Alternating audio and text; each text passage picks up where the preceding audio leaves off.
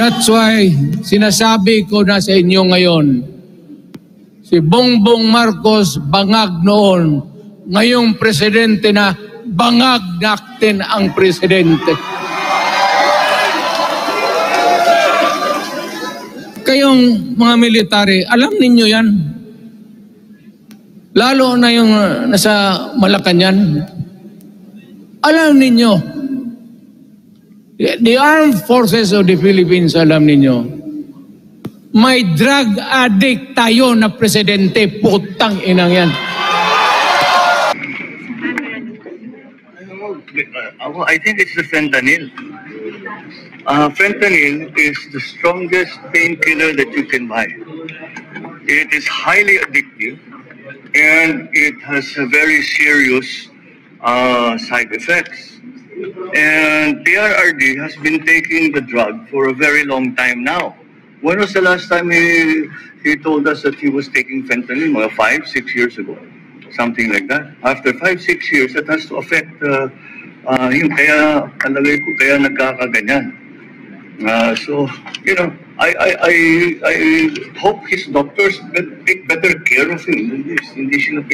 Hindi pinababayaan itong mga nagiging problema. But sir, can you categorically deny that you're involved in drugs para matapos lang yung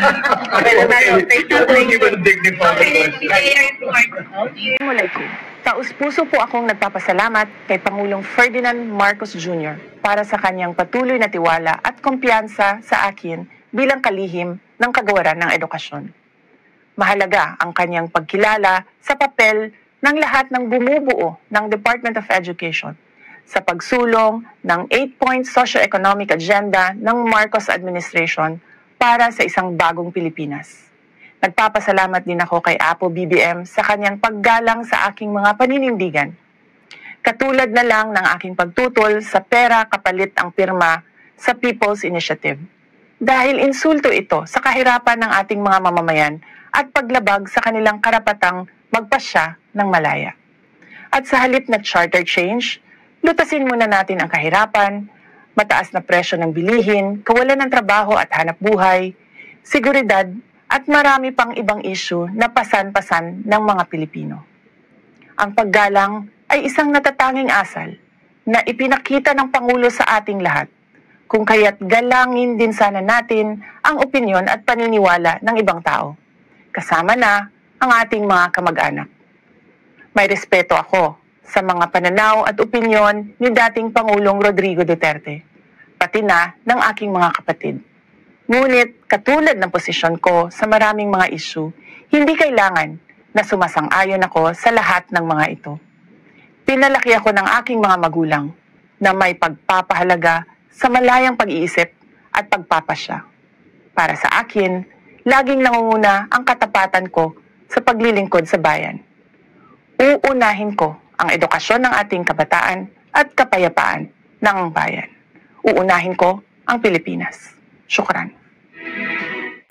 We therefore welcome the recent move of the Senate, led by the Honorable Senate President Juan Miguel Zubiri, in joining the House of its representatives in its historic and laudable efforts towards charter change via Constituent Assembly. I believe it is, and I strongly believe it is unconstitutional. Let me explain.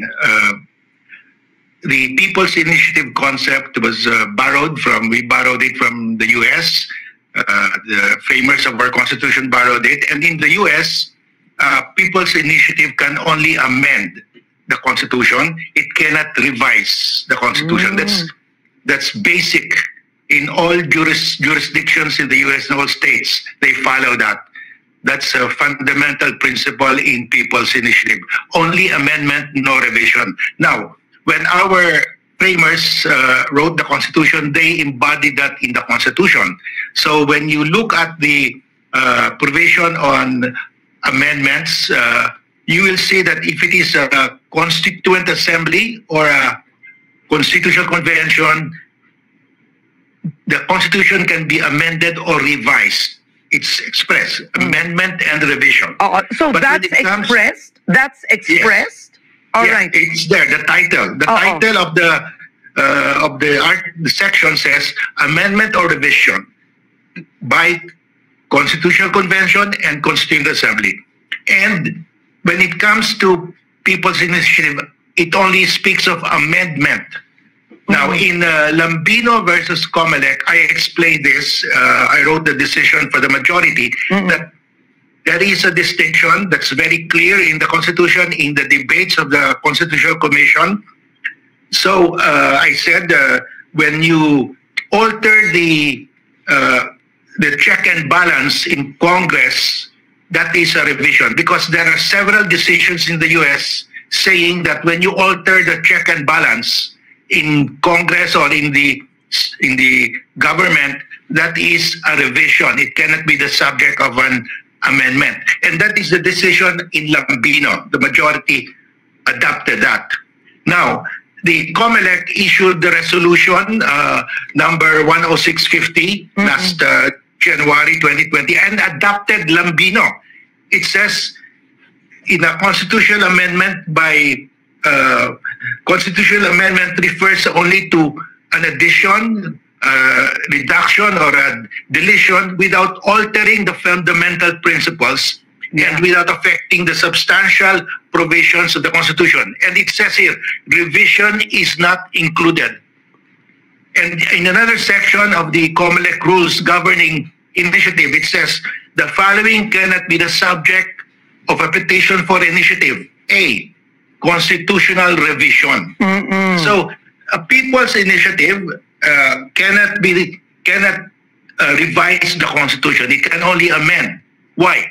Because to revise the Constitution, you need a deliberative body. There must be debates, and you need a recorded proceeding. So you have record of what they meant.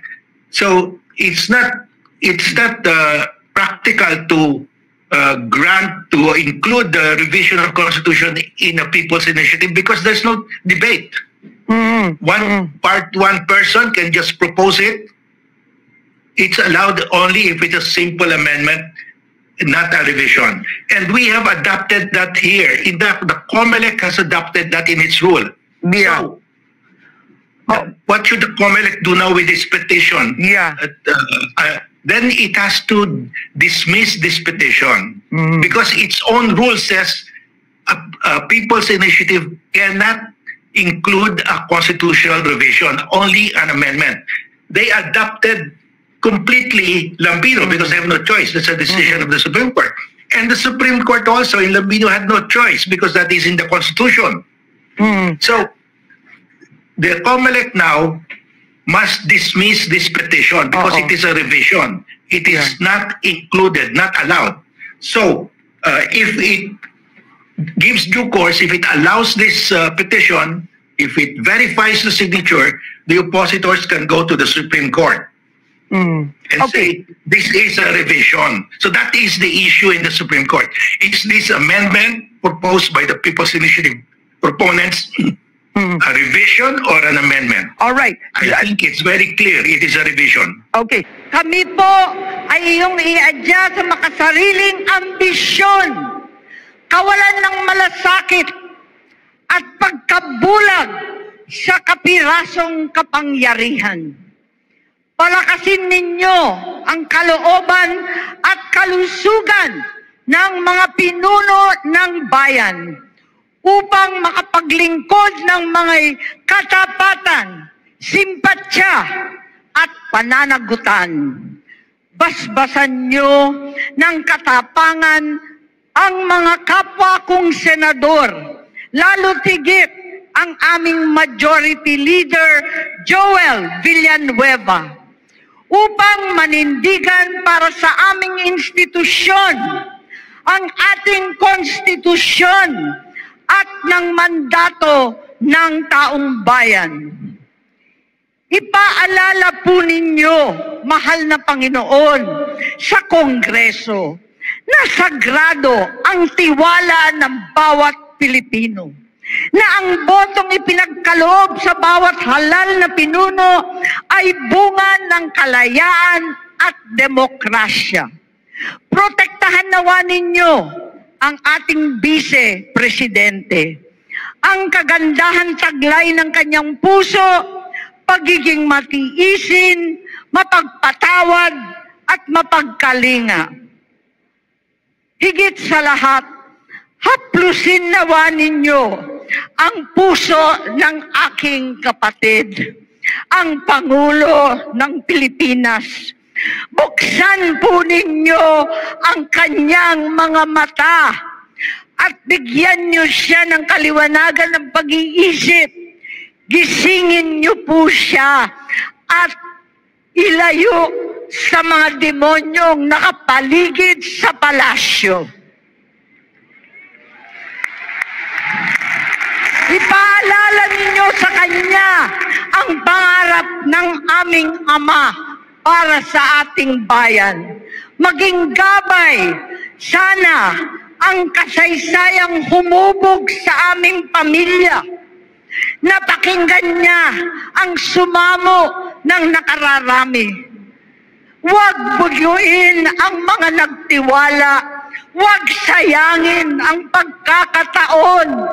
Huwag na huwag ipaubaya ang bayan sa mga sakim at uhaw sa posisyon. Sabi ko kay Kabsek, dahil hindi ako Bisaya, anong ibig sabihin ng ating title na hakbang? Paki-flash nga uli yung title natin. Wag muna yan. Hakbang, maisug. Ang sabi niya, a step for the brave. So sabi ko, tamang-tama ang topic natin ngayon. Dahil ngayong mga panahon, kinakailangan natin ang mga matatapang na maninindigan muli laban sa puwersa ng kadiliman. Mantakin ninyo, nung minsan napakatagal ng panahon na namuno, binigyan natin ng pangalawang pagkakataon. At doon sa pangalawang pagkakataon, mukhang uulitin muli ang kasaysayan. Ano bang ibig sabihin nitong bribery initiative na ito? Ang nais nila, mawala ng boses sa mga senador sa pagbibigay ng mga proposed revisions o pagbabago sa ating saligang batas. Alam natin na kapag nagkaroon ng joint voting, ang masusunod ay ang gusto ng isang tamba at ang kanyang mga kasama. Ayun naman, tamba na lang abbreviation. Yan ang lengguwahe ng mga Gen Z gaya ko. Si Tambi, di ba? Tambi ang tawag dyan, hindi na fool. Bakit? Sinubukan kasi nila na yung isang taga Davao siraan ng husto nang mawala ang banta sa susunod na eleksyon sa 2028. Anong nangyari? Ibinato na ang lahat. Tumaas pa ang trust and performance rating. Pinagkaisahan, linait, pero ngayon, sa survey, lumamang pa kaysa sa pinakamalapit na kalaban na taga-Senado. At si Tambi, anong nangyari? Tumaas din siya. Dahil ngayon, from 0.3, 0.8 na siya. Kaya ngayon, kung hindi mananalo sa eleksyon, buwagin ang presidente, palitan ng prime minister na ang mga magboboto kasama niya sa Tambi Incorporated. Ang tanong, payag ba kayo? Payag ba kayo? Hindi lang yon. Hindi lang yan nais maging chief executive officer na walang mandato sa taong bayan. Ang gusto pa niya ay forever without limits. Ang tanong, Payag ba kayo? Di kayo malakas eh. Payag ba kayo? Sana naririnig si Tambi Incorporated. Tanggalin mo ang iyong earplugs, Tambi Incorporated. Ayaw namin sa'yo. Kapag nagtagumpay ang kanilang ninanais na magpasasa sa posisyon habang buhay, asahan ninyo ang mga leaders na narito ngayon handa makipaglaban para protektahan ang demokrasya. Kaya ang tanong ko ulit, handa na ba kayo? Handa na ba kayong makibaka? Handa ba kayong mamatay para sa ilang bayan? Kung gayon, ipagpatuloy natin ang paghahanda dahil ayaw ni Tatay Digong, ayaw ni Inday Sara ng mga mamumuno sa susunod na mga panahon ay hindi handa sa kanilang katungkulan. Kaya bago mag-rally, nag-aaral muna ang mga leaders ng pagbabago. Kaya ang mga inaantok, ibibigay namin kayo sa Tambi Incorporated. Diba? Ang mga aantokin, doon kayo kay Tambi. Para naman maging 0.081 ang kanyang boboto sa kanya bilang presidente. Kung ako yan, na 0.8 ang boboto, tatalo na lang ako sa tulay papunta sa Pasig River. Pero kinakailangan ipagtuloy na ang pagpapaganda dahil kinakailangan handa tayong lahat mamuno para magkaroon ng tunay na pagbabago para sa sambayanang Pilipino. Handa na ba kayo? Pag natulog kayo, lagot kayo sa akin. Ang natalagang topic sa akin, malapit sa puso ko. Etong dahilan kung bakit ako po ay tumanggap nung tawag ng ating pinakamagaling na presidente sa Pilipinas, Tatay Digong, na maglingkod bilang kanyang tagapagsalita.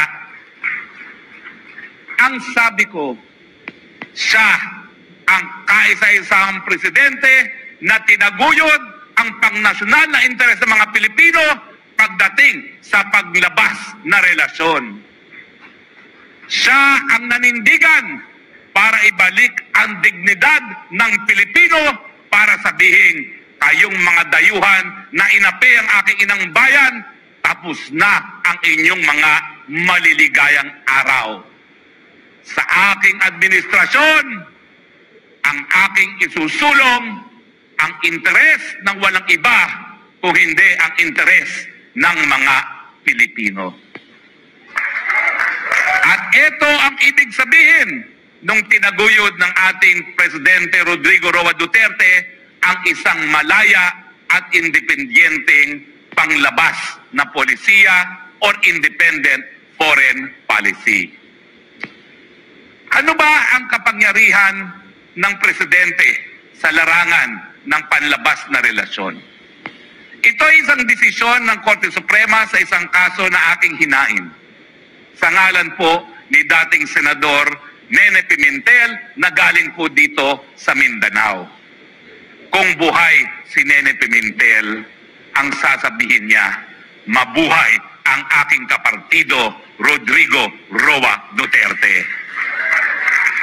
Kung buhay si Nene Pimentel, ang sasabihin niya, mabuhay si VP Inday Sara Duterte. Ang sabi ng kataas-taasang hukuman, ano ang papel ng presidente sa larangan ng panlabas na relasyon?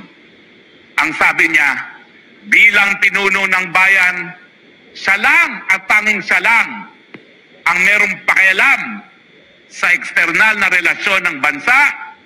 Siya lang ang tanging representante ng bansa pagdating sa mga dayuhang bansa.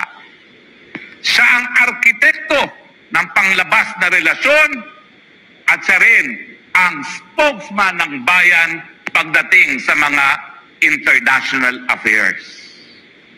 Dahil dito, siya ang merong otoridad para makipag-deal sa mga foreign states at gobyerno. Siya ang kumikilala sa mga gobyerno at bansa. Siya ang nagkakaroon ng relasyon sa ibang bansa. Siya ang pumapasok sa mga tratado. At siya ang nagtatransact ng business of foreign relations. Pagdating sa treaty making, siya at siya lang ang pwedeng mag-negotiate sa ibang bansa. Ang sabi ng Korte Suprema dito sa kasang ito, ang desisyon kung papasok ang Pilipinas sa isang tratado ay tanging desisyon ng Presidente. At sa kaso ng Pangilinan, ang sabi din ng Korte Suprema nung kinu-question ng mga magagaling na senador na yan, ang desisyon na umalis ang Presidente Duterte sa International Criminal Court, gaya ng kapangyarihan ng Presidente na magdesisyon kung papasok sa isang tratado, ang desisyon kung aalis sa isang tratado, tanging Presidente lang ang makapagdidesisyon. Sa ating saligang batas, sabi ng Korte Suprema, siya at siya lamang ang pwedeng pumasok sa tratado at ang papel ng mga mababatas ay sa pamamagitan lamang ng Senado. Dahil ang Senado, lahat ng mga tratado kinakailangan sila ay mag-concur ng 2/3 ng miyembro ng Senado. Bagamat ang Presidente ang kaisa-isahang arkitekto ng panlabas na relasyon, hindi niya decision lang ito dahil binigyan din siya ng mandato ng taong bayan na kung anuman ang pulisiya na papasukin mo, dapat sang-ayon ito sa ating saligang batas. Ano naman ang sinasabi ngayon ng ating saligang batas? Unang-una, kinakailangan ang pulisiya mo ay independyente. Pangalawa, kinakailangan sa iyong panlabas na relasyon, ang unang-unang konsiderasyon ay ang pambansang soberenya, ang territorial integrity, ang interes ng Pilipino, at ang karapatan maging malaya at independyente. Ibig sabihin, bagamat ikaw ang tanging arkitekto ng foreign policy, kinakailangan ang iyong bubuing pulisiya, independyente, sang-ayon sa soberenya ng bayan, pinoprotektahan ng ating teritoryo, at tinataguyod ang pangnasyonal na interes.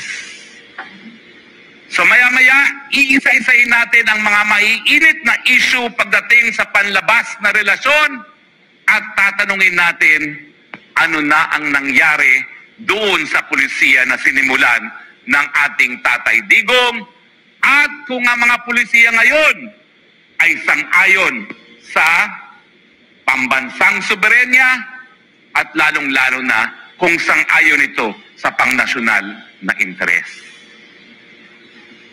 Meron pang pangalawang probisyon na naglilimita sa anong pwedeng gawin ng Presidente sa panlabas na relasyon.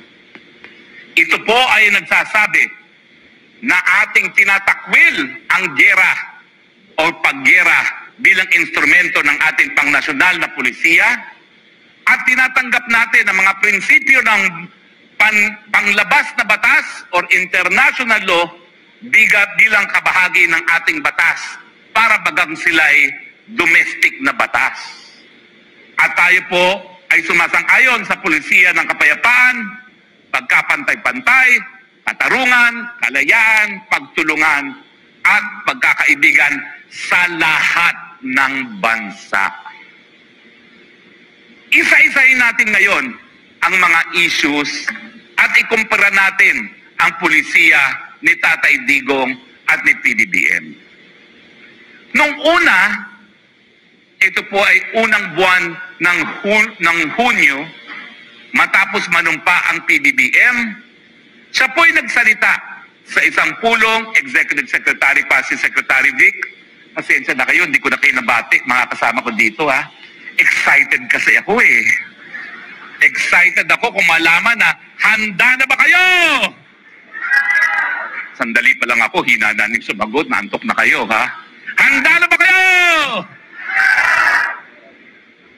Ang sabi niya, wala daw magiging pagkakaiba sa panlabas na relasyon.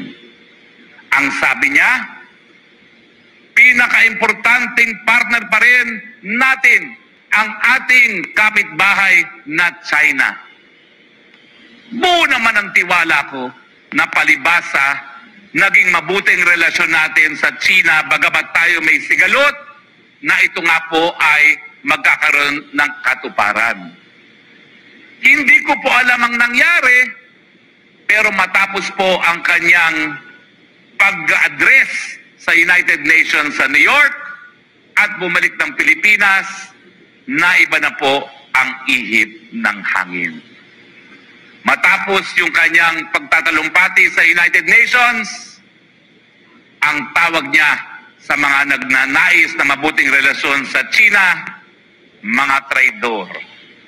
Lahat ng susuporta sa China, hindi raw nagmamahal sa bayan. At siyempre, nagulat ang lahat dahil bagamat sila mismo ay nabudol ng mga Amerikano na nung minsan dadalhin daw sila sa Ilocos at dinala naman sila sa Hawaii, abay ang kanyang naging BFF ngayon ay mga Amerikano. Ano ngayon ang pagkakaiba ng pulisiya ni Tatay Digong at ni PBBM pagdating sa Amerika? Si Tatay Digong kasi ay estudyante ng kasaysayan. Alam niya na merong interes ang Amerika sa Pilipinas nang tayo'y binili nila mula sa mga Espanyol sa panahon na tayo po'y nakapagtatag na ng kauna-unahang republika sa buong Asya, ang Republika ng Pilipinas. Yung isang papel na isinulat ko, ang sabi ko nga, pwede bang ibenta ng Espanya ang Pilipinas? Ang sagot, well, siguro pa pwede. Pero noong mga panahon na yun, na nagdeklara na tayo ng ating kalayaan sa mga Espanyol, anong nabili ng Amerika? Siguro Intramuros. Kasi noong mga panahon na yun, ang mga Kastila nasa Intramuros na lamang. At ang buong Pilipinas ay nagdeklara na ng kanilang kalayaan mula sa mga Espanyol. Pero alam nyo ba, nung bumisita si President Trump dito para sa ASEAN Summit, rinig na rinig ko nang sabi ni President Trump, the best decision, the best real estate decision we ever made was when we purchased the Philippines. Pumunta po sila rito, binili nila tayo. Bakit? Unang-una, alam nila na kinakailangan nilang magbenta, magkaroon ng merkado para sa kanilang mga kalakal, lalong-lalo na dahil ang Asya ang pinakamaraming mga populasyon. Ang target nila talaga ay ang China. Dahil ang China nung paman, ang pinakamalaking populasyon na. At paano nila makukuha ang China kung wala silang entry point kumbaga? So yung desisyon na bilhin tayo, dahil tayo po ang susi para makapasok sila sa Asya at sa China. Bukod pa yan, alam nila na ang tanging kalakal na nangyari nung panahon ng Espanyol ay ang pangangalakal sa ginto.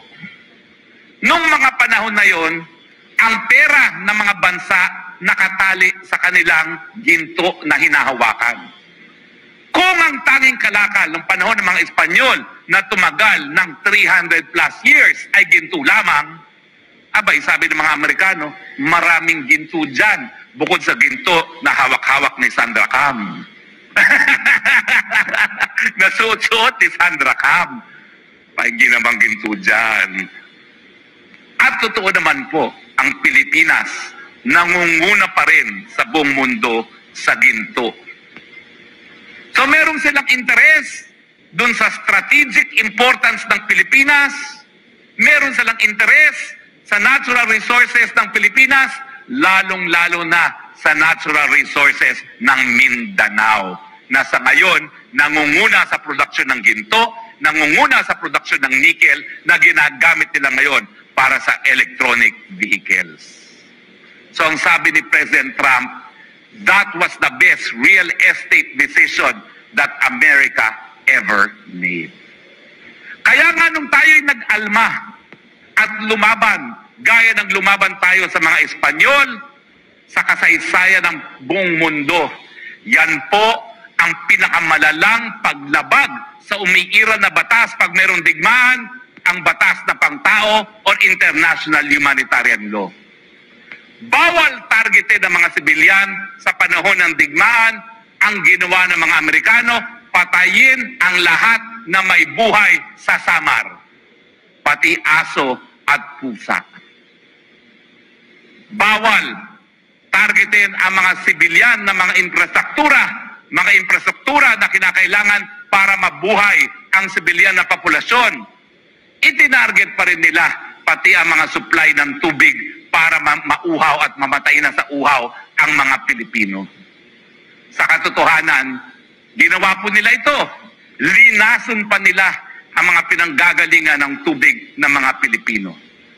At siyempre, bago patayin, dinahasa muna ang ating mga kababaihan. Alam po yan ni Tatay Digong, kaya paulit-ulit niyang sinasabi na ang digmaan sa panig ng Pilipinas at ng Estados Unidos ay isa sa pinakamadugong digmaan at ito ang pinakamalalang paglala sa batas na pantao na umiiral kapag merong labanan. Hindi pa po nababago yan, bagamat second runner-up na ngayon ang pagbomba ng Israel sa Gaza Strip. Pero second place pa lang sila, Pilipinas pa rin ang pinakamalala. Ewan ko kung alam nyo ha, pero yung pamamagitan, yung isang form ng torture na inimbento ng Amerikano, dito nila sa Pilipinas, unang naimbento yung waterboarding. Pahihigain ka ng patihaya, lalagyan ka ng dimpo sa bibig, bubuhusan ka ng tubig, ang mararamdaman mo para kang nalulunod. At gagawin nila yan, hindi lang minuto, kundi oras ang tagal. So yan ang konteksto ng relasyon natin sa Amerika. Pero nakita ng mga Amerikano na lalaban at lalaban ang mga Pilipino at hindi magpapasupil muli gaya ng linabanan ang mga Kastila. Anong ginawa nila? Hindi sapat na patayin natin sila. Ang gawin natin, sakupin natin sila sa ibang pamamaraan. At ginawa po nila yan sa pamamagitan ng edukasyon. Totoo, hindi naman talagang 100% na masama ang ginawa nila na nagbukas sila ng pampublikong mga paaralan. Pero ang tinuro nila, ang mga Amerikano naririto dahil nais lang nilang makatulong sa mga Pilipino. Ang mga Amerikano naririto dahil kinakailangan matuto tayo ng demokrasya sa kanila. Ang mga institusyon ng Amerika ang pinakamagaling, kaya kinakailangan sumunod ang mga Pilipino sa kanilang politikal na mga institusyon. Kaya ngayon, ang gusto ng Pilipino ay apple imbis na durian. Bakit? Kasi sabi ng mga Amerikano, this durian, it smells like shit. Eh ano ngayon? Eh, huwag ka kumain, mabuti nga sa'yo, di ba? So ang pananakop ay hindi lang nangyari sa pamamagitan ng lantarang pagpatay sa mga Pilipino, sinakop din nila ang ating mga isipan. At yan ay nakita ko bilang lumaki sa dekada 60 at 80 ng aking mga magulang, produkto ng public school, naku talaga. Bagamat karamihan ng mga edad ng aking nanay ay talagang hindi matatanggap ang mga Hapon dahil sa kanilang mapait na karanasan ng pangdalawang daigdigang digmaan, ay nako, talaga naman ang mga edad ng nanay ko, we love America. We love MacArthur. He promised to return and he did return. Pero ano ba ang ginagawa ng Amerika? Unang-una, dahil malaking populasyon ng Pilipinas, ang Pilipinas ay 110 million, ang Amerika 300 million lamang, na ikukumpara mo sa ating land population, 10 beses ang kanilang kalupaan, kumpara sa Pilipinas, malaking merkado. Pangalawa, alam nila na dahil hindi nga sila naging kolonyal nung panahon ng dekadang 1900s, hindi gaya ng mga Europeans, bumili na sila ng sarili nilang colony. Tingin ko, meron talaga silang inferiority complex sa mga puti na Europeans. Kayo lang ang merong colony, ako rin, bibili ako. At yan ang Pilipinas. Bukod sa merkado, winagayway nila tayo bilang kanilang colony para sa kanilang tingin maging ka-level na nila ang mga Europeans. Kasama na mga Ingles na sumakop sa kanila nung minsan. At ang pinaka-importante ngayon, naalalaman nila na darating ang panahon, dahil lumalakas na sila sa mga panahon na yon, kaya na nila bumili ng colony, ang nais nila ay tingalain ng buong mundo na sila ngayon ang pinakamalakas na bansa sa buong daigdig. At dahil dyan, kinakailangan magkaroon ng base dito sa Asia, ang pinakamalaking kontinente sa buong mundo, ang pinakamaraming populasyon sa buong mundo. At yan ang naging napaka-importanting papel ng Pilipinas.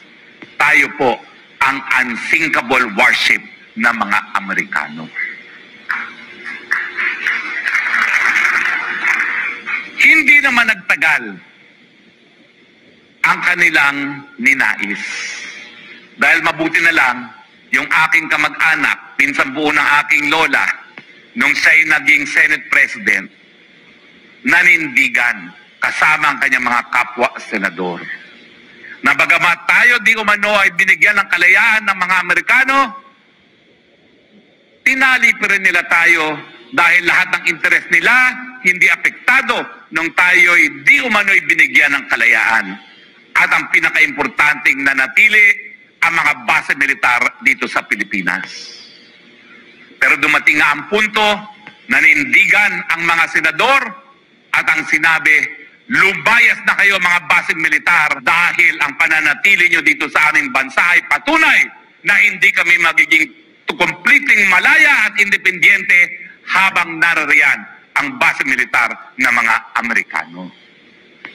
Hindi ko po akalain na darating ang punto na mawawala ang base militar sa Pilipinas. Pero nung ako po ay first-year law student, nangyari nga po yan. Napatalsik nila. Pero nangyari lamang yon matapos pumutok ang Pinatubo at ura-urada silang umalis sa Clark and Subic. Buti nga sa kanila, pinutukan sila ng bulkan. Pero hindi po nagtagal. Sandali lang po yan. Dahil yung mga unang nakinabang sa mga dayuhan, yung mga nagnakaw ng mga ginto na dapat sana ay gagamitin sa revolusyon, nakabalik sa kapangyarihan. At ang ginawa nila, mas mabuti pa doon sa una nilang nakuha na US Bases Agreement, binigay ang ating mga base militar, binayaran ng Pilipino, pinagamit sa mga Amerikano na walang bayad. Kung dati-dati may kaunting bayad, ngayon, gratis et amore, ang tawag dyan ay EDCA.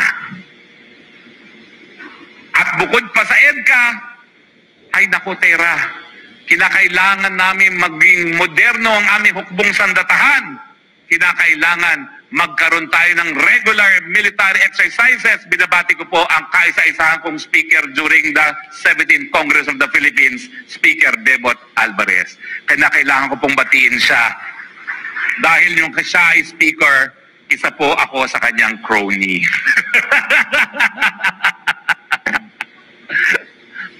Nasaan na ako? Nabaghani ako pagpasok mo, speaker, na wala tuloy ako. So ang tawag nila ay EDCA. At bukod pa dyan, nagkaroon ng Visiting Forces Agreement. Nagkaroon na naman tayo ng mapait na karanasan dyan sa Visiting Forces Agreement na yan. Dahil nung nanggahasa ang isang sex addict na marinong Amerikano. Totoo, kung wala si Inday Sarang sumabay sa pinsan mo, walang Marcos na presidente ngayon at walang Romualdez na tambalos-dos na maging speaker ngayon. Yun lang ang isipin mo. Ang administration na to, malaki ang utang laloob sa mga Duterte. If you remember, sinabi naman talaga noon ni Tatay Digong na he is a very weak leader. Pero, dahil si Senator Amy linigawan ng todo ang ating pinakamamahal na Vice President Inday Sara, gumibin, tinalikuran ni Inday Sara ang kanyang ama at sinunod na mag-Vice President siya. Mr. Speaker, nakita kita ang laki ng ano mo, katawan mo, tumatayo ka, sabi mo, ako'y maninindigan para sa bayan. Paano ka nanindigan nung panahon ng ibang administrasyon na hindi inililibing ang tiyuhin mo at ama ng ating Pangulo? Nanindigan ka ba? Di ba para kang pugsit doon sa tabi na hindi kayo makapagsalita? Ngayon nagkapoder ka, ang yabang mo na maninindigan ka sa demokrasya. Anong demokrasya ang binibigay mo sa amin? Martial law itong binibigay nyo sa amin. Tinago ni Pangulong Duterte sa mata ng sambayanang Pilipino ang pagpalibing sabi yun? Hindi. Sa libingan ng mga bayani. Dahil tatlong dekada, 3 presidente na ang umupo, hindi napapalibing. Pero matigas din at matigas ang aming pinakamamahal na Presidente Rodrigo Duterte na itinago niya sa sambayanang Pilipino para lang maipalibing ang tiyuhin mo. Napakawalang hiya mo. Ikaw ang pinakawalang hiyang naging Speaker of the House. Alam nyo, dapat na pag-usapan natin ano ibig sabihin ng rally sa Davao. Alam naman natin kung ano ibig sabihin nun. Ang ibig sabihin nun, hindi po pwedeng mabaliwala ang mga Duterte sa politika ng Pilipinas. Yun lang po yun. Bagamat ang Vice Presidente ay pangalawa lamang na pinakamataas na opisyal ng ating bayan at mas mataas ang Presidente, nagpakita lang po ng ang ating Presidente Duterte ay merong say pa rin sa politika dahil napakarami pa rin nagmamahal at nagtitiwala kay Presidente Duterte. At ang mensahe doon sa mga merong maitim na balakin na baguhin ang ating saligang batas para magpakasasa sila sa kapangyarihan, lalaban, hindi lang po ang dating Presidente Duterte, kung hindi pati na rin ang sabayan ng Pilipino. Pero ura-urada, pinalitan ko ang topic natin ngayon. Kasi ngayon ko lang napanood ang video ng Senate hearing kanina. Nag-hearing nga si Super Ate to the President, Amy Marcos, sa kanyang Senate Committee on Electoral Reforms, at abay, itong si Oñate na tumatayo na pinuno ng pirma, ay nako, bagamat ayaw aminin sa pamamagitan ng mga pagtatanong ng Senador at ni Congressman Marcoleta, mukhang malinaw na kung sino talaga ang nasa likod ng PI na yan. Speaker Martin Romualdez. Ang pinaka-incriminating, ang pinaka-importanting napiga ni Manang Amy doon kay Oñate, saan ba ginawa yung pagpupulong na pinag-usapan itong PI na ito? Napaamin niya na ito po ay nangyari sa Forbes Park sa pamamahay ni Speaker Romualdez. E paano yan? Panay tanggi siya na wala ang kinalaman siya sa PI na yan at walang kinalaman ng congressman dito. Well, booking Mr. Speaker, nagsinungaling ka. Big time.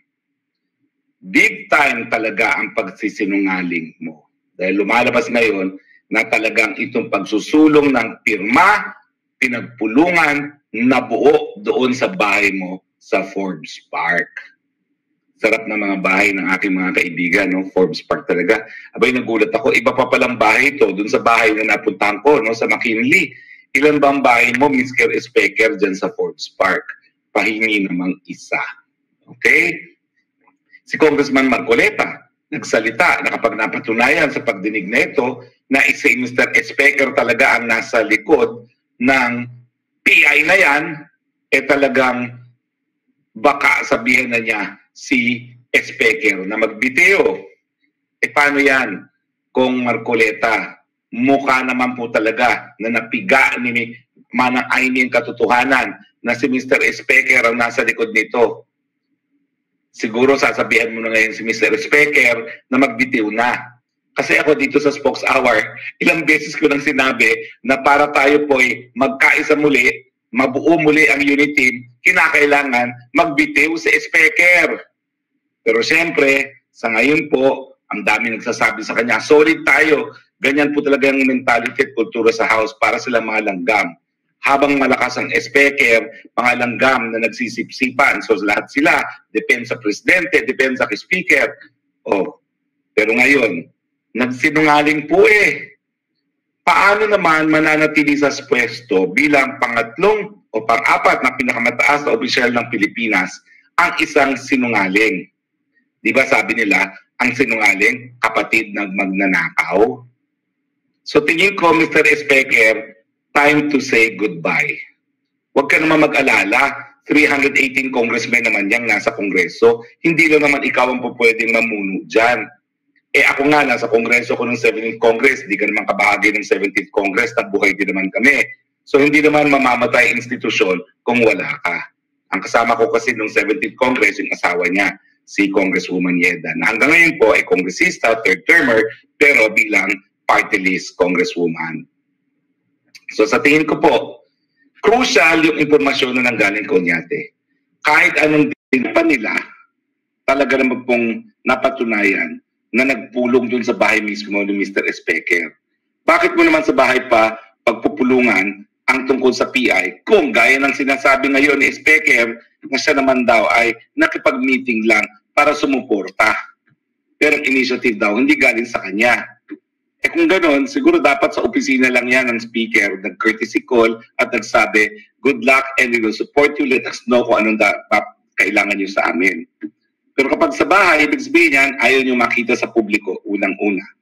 Tinago ang meeting. Pangalawa, intimate. Kasi hindi naman lahat ng tao pinapapasok mo sa bahay mo. Ako bilang politiko rin po, bihira talaga ang mga taong tinatanggap ko sa tahanan ko. Kasi sagrado yan eh. Walang politika sa bahay ko, no? Para sa pamilya ko yan. Pero pinapasok. Bagay, marami naman siyang bahay. Baka naman parang clubhouse lang niya yung pinuntahan. No? Pero that's not the point po. The point is, denial king until na booking. Ngayon, bago ng tono na tumulong lang sila sa proseso. Kumbaga, sila ay sumusuporta lamang dun sa pirma at hindi silang nasa likod. Paano po yan? Pinatawad na yung Anthony Abad, Attorney Anthony Abad, na mukhang the crucial link. Hindi ko alam kung sino itong Anthony Abad nito. May kilala kasi akong Attorney Anthony Abad, dating Tariff Commissioner. Pero hindi ko maintindihan kung anong link niya kasi unang-una, yung Anthony Abad na dating nakakilala ko na dating Tariff Commissioner, hindi po taga-UP.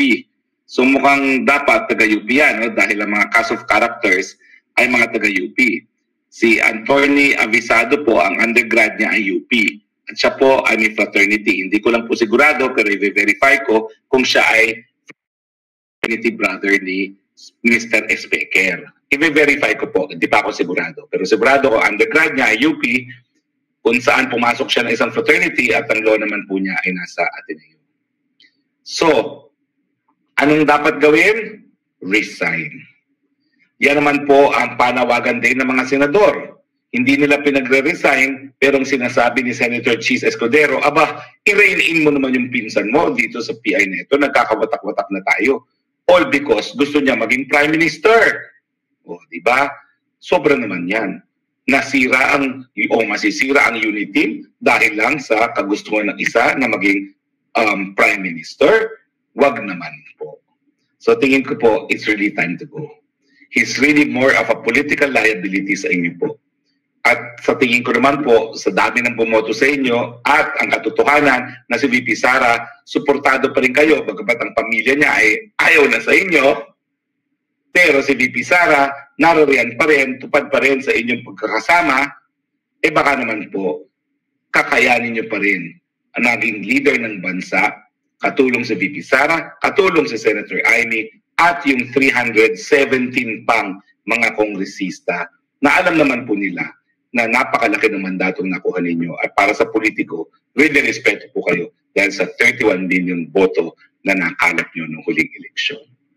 So, ang lesson ngayon, resign Mr. Espeker. Dahil wala na po tayo ng tiwala, ang taong bayan sa tiwala sa kahit anong sasabihin ninyo. Yan po ang problema kapag nabuking kayo na nagsisinungaling. Wala na pong tiwala ang tao sa inyo. At paano naman po yan? Kayong apat na pinakamataas na opisyalis ng bayan. Hindi na po pwede. Lack of trust and confidence. Pero kongresista pa rin naman kayo. Patuloy pa rin kayong kabahagi ng Kongreso.